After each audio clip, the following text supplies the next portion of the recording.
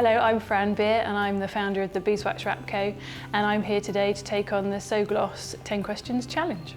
At the Beeswax Wrap Co, we make beeswax wraps and vegan wax wraps. They are the plastic-free alternative to cling film. So as you would cling film, you use it to cover your food, for many other things as well, rolling out pastry, making piping bags, but rather than popping it in the bin after you've used it, you just wash it, dry it, hang it up, and then use it again next time. So, question number one, what was your inspiration for creating the Beeswax Wrap Co? My background is in advertising, and then I decided that I wanted to retrain to become an acupuncturist. Through my training, you then have to do a lot of research on the physical body and what things affect it.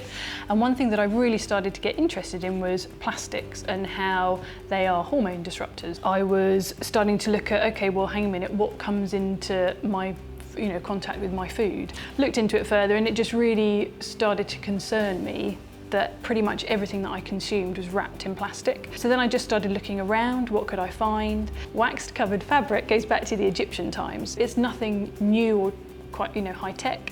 It's actually quite an old craft. So I built a website, did a bit of social media, and it just started to sort of trickle through, people are starting to show an interest. And then in the October of 2017, Blue Planet hit, David Attenborough's program. Suddenly everyone's talking about plastics and how they want to reduce it in their lives.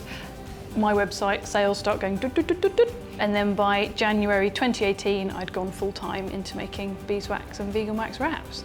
Number two, how has the company developed since its inception? Mind-blowingly. So it's been going for 4 years now.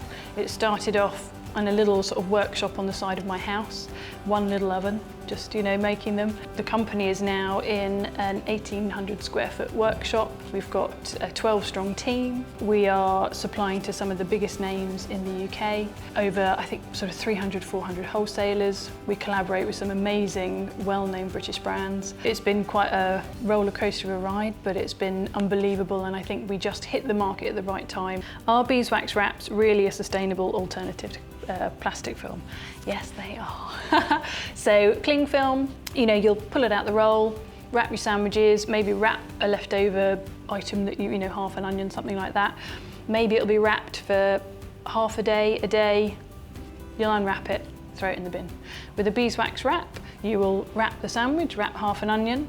You can keep it in the fridge for however long you need, and then once it's used, you literally just wash it, hang it up to dry and reuse it again. So cling film will maybe have a lifespan of 24 hours. A beeswax wrap will last up to 5 years. Right, question four. You've teamed up with the likes of Cath Kidston and Prue Leith. How did these collaborations come about? We are extremely lucky. We've not really had to go out to find people. People have found us. So we actually collaborated with Liberty initially, and we got a huge amount of coverage off the back of that. And then that really started to sow the seed for other great British brands to then come and collaborate with us. And then from there, we got to work with, so we collaborate with Cath Kidston, with wonderful Prue, obviously great synergy with Prue because she's doing a TV show on how to reduce your waste. Obviously Emma Bridgewater, fantastic UK female-led company. Question five, how has working with the Growth Hub in Gloucestershire helped drive the business forward? It's been fantastic. We contacted the Growth Hub fairly early on in our business development.